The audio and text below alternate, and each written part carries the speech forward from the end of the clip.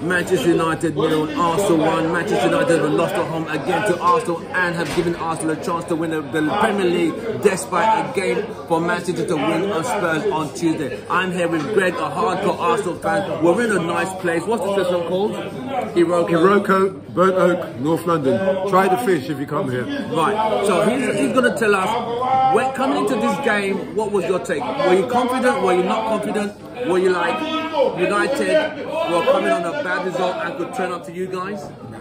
Look, right, United will always want to turn up at Old Trafford, yeah? And, you know, the history in the past... Wenger, the days, Keane and Vieira. Even more recently, in the past 5-6 years, you guys are pretty much... We haven't beaten you guys at Anfield. I think once, we beat you in 2020 1-0, right? That's it. So, on the face of it, if you look at stats, and that's why stats are a thing, if you look at stats, statistically, you guys are meant to draw or win. Right, definitely. But we saw what Palace did to you, and most importantly, your injury problem.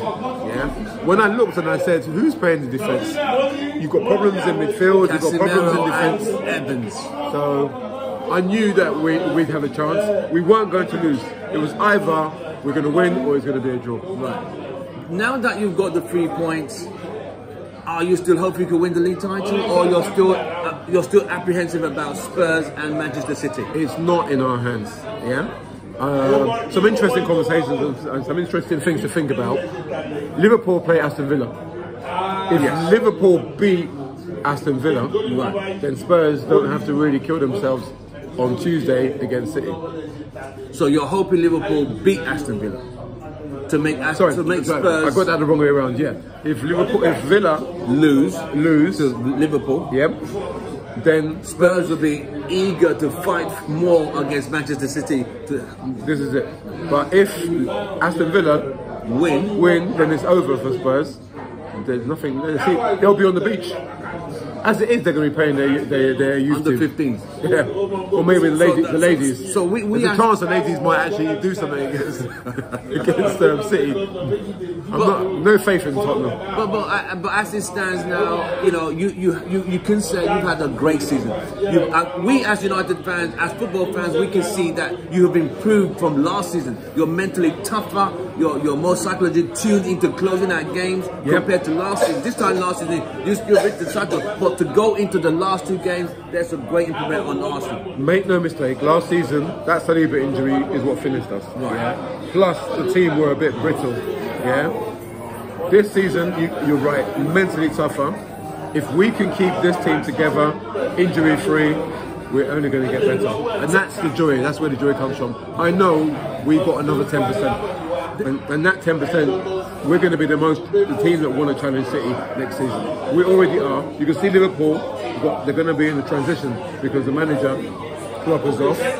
Arsenal, stable. And I reckon Chelsea, if they can sort out some of the way they play, they're going to be trying to push. There'll be a force to reckon with next season as well. There's a saying, when you've been so close and yet so far, do you still have the mental strength to try again next season? Will you still have it? Because this was Arsenal's best chance. Would you say that? Do you think there's another hole? Last season was actually a great chance. Right. Yeah. You think last season we really pushed, and to be honest, I think we led for more than half the season. So this time you kind of paced yourself, kind of different. You kind of approached it differently compared to last season. We changed our play completely. If you remember last season, we hit teams 15 minutes with 2-0 up.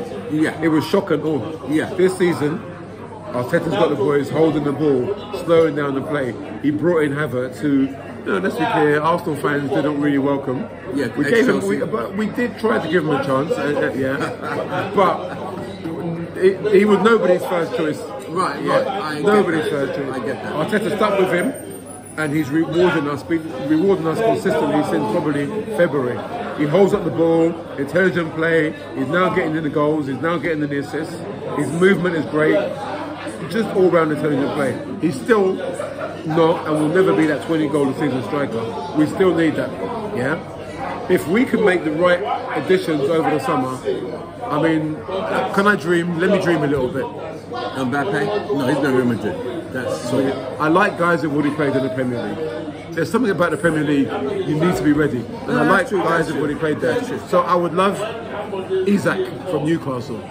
Okay. I would love Jesus to go the other way. So you want to swap Jesus with Isaac? And the make weight, Jesus is a make weight. Ramsdale, they're talking about Newcastle want him. So the two players want to get to And I love him. As part of that deal, if we say, okay, you want Ramsdale, no problem. You don't even need to give us any money because of FFP. Take Jesus, take Ramsdale, give us Isak. We're happy. If you want, we'll even throw in Zinchenko. You know what I mean, bro. I don't even know what he was doing in City, and then Arsenal bought him. It was like Pep, but yeah, I'll throw him in too. Nah. So you've seen it that United have lost the game. I've lost count how many games we've lost this season. I've literally run out of fingers. We're at that point. It's horrible. I'm now You're -3 goal difference. Listen, I'm at that point. I'm immune to United defeats, home, away. It doesn't even matter. We got demolished at Selhurst Park 4-0 on Monday. You would have thought United would fight. You know what? I mean, they did play better, but this is still a team. You see, United, I would say, are the most consistently inconsistent team of the Premier League this season. But you're competing against a team. Chelsea were until about March as well. Right, but we just seem to be with us. When it rains, it pours. I mean, Sheffield United beat us at home 3-0. I mean, Bournemouth 3-0. Brighton 3-0. Crystal Palace 4-0. Fulham 2-1. So these defeats just keep adding on and adding on. It doesn't matter home or away. We still lose. It doesn't matter. That's not even. You know the sad thing. The rest of the Premier League, we look at United. We say, you know, respect. Yeah, because we're living on old glory. Leaving all the banter to one side, right. United are a team that we're meant to be respecting, right? And it's like, you guys aren't respecting yourself. No, we're not. You've gone through what, 6 managers? Yes. Since Fergie? Yes. You've gone through, since Fergie, you guys have blown over 1.3 million. And the same crop of players still stay in the club. Yeah. So that's the sad part. So you guys have got to do a clear out before you start to rebuild. So, as a football fan, from a neutral perspective, do you think United should keep Ten Hag from what you've seen in your structure, or get rid of him as we always do and start afresh with a new manager with the same crop of players who have failed again? Simple answer: keep him.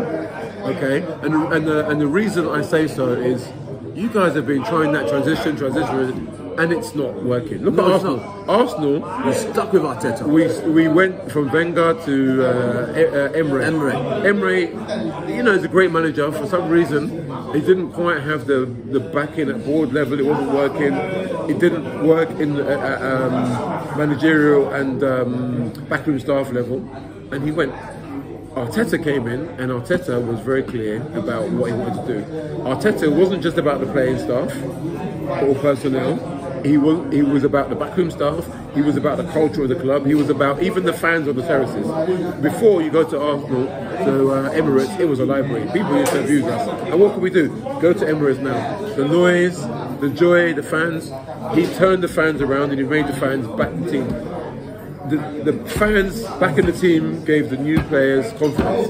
Those players, they feel that they're playing for a club. They feel loved. Right. And so it makes a big difference. He's hit it from three sides.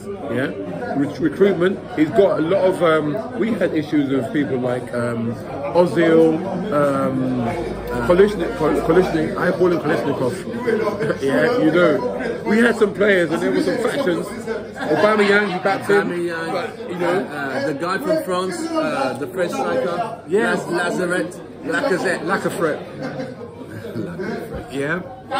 But the reality is, he cleared all that up. Right. Yeah. When he cleared all that up, got the fans on side, brought players in, and to be clear, hang on, let me just greet my guy, HB. Alpha, we're doing a video, but how you doing? Nice one. That's my guy Tim from Texas. If you look at it, he cleaned all that up. Now, there's one thing I didn't like about Arteta, but I understand why. rookie manager, really and truly. Yeah. And Arsenal are a big club. You know, for me, we're the third biggest club in the UK. Forget all that Premier League. Football didn't start with the Premier League. No, it did not start with Man City. Arsenal are the third biggest club in the in Man United, Liverpool, Arsenal. Finish. Yeah. That is it. Right. City, like I said, people still don't get it. But that's a day. That's another conversation. Yeah. So if you look at how Arteta came, he won the FA Cup within 2 or 3 months that COVID season. Right. We beat City in that Liverpool. I'm pretty sure that in his early charge is. Well, what he did. There's some things he did that I didn't like. They got rid of Martinez, who's now at Villa. Right. World Cup winner. Yes. Right. And look at look at what Arteta wanted to do. He wanted a ball-playing keeper. They're all South American, right?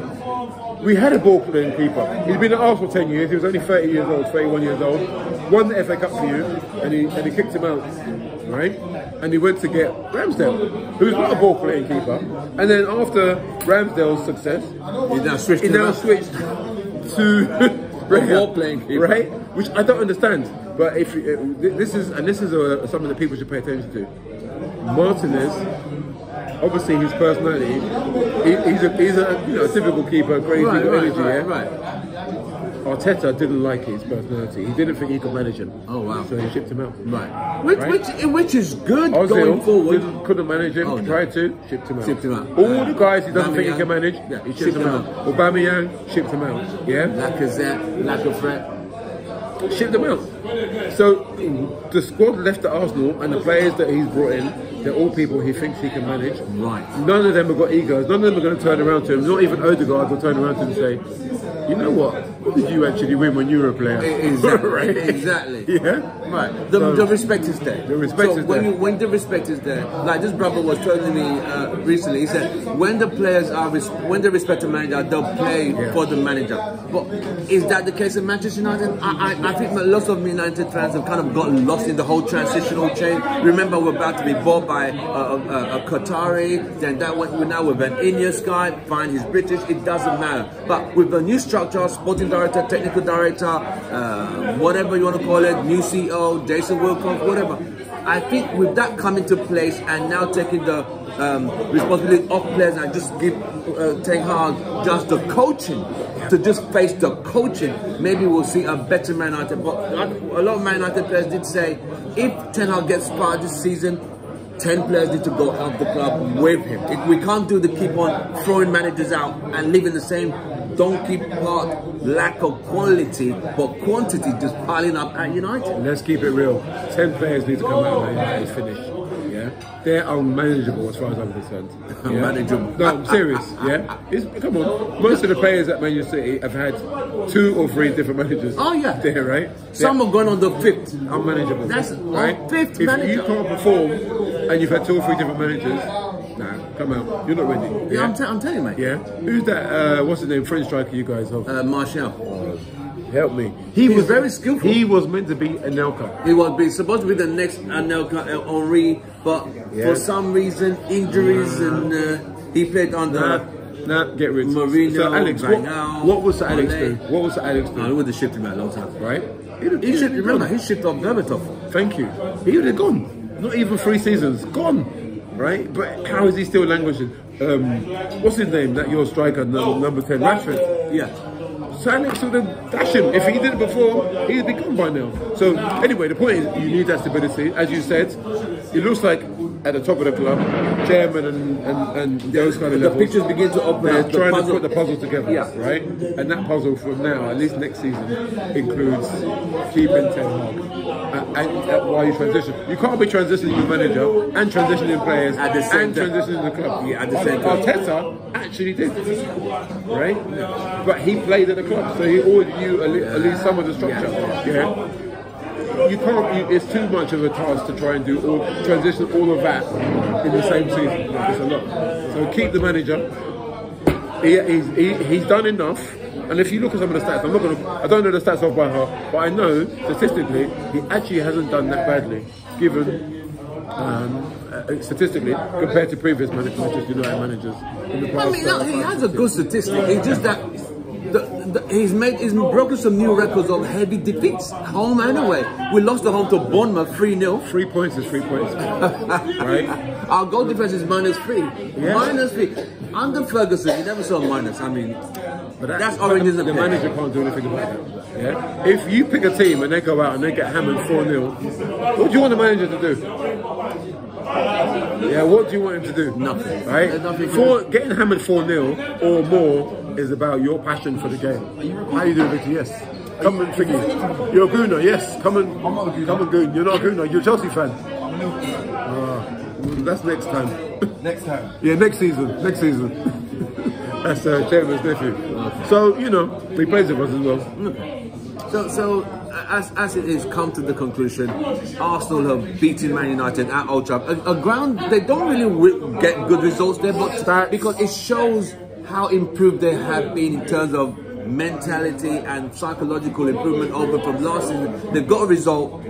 All we can say is like the title's in your hands. No, it's not in our hands. It's like it's in City's hands. You've done your part. We're doing our bit, but it's in City's hands. And as I said, Tottenham need to do us a solid. So will Spurs do Arsenal the greatest enemies of favour? I can't see it. No. But football's a bloody funny old game. But from all of us, don't forget to like, share, subscribe. I'm Tim, and with Greg, and one of my best friends who I grew up with. He just is happy Arsenal got a result at Old Trafford today, and he's hoping Spurs do them a favour, which I don't see. But from all of us, thank you very much. Have a great day. From all of us, goodbye and good night.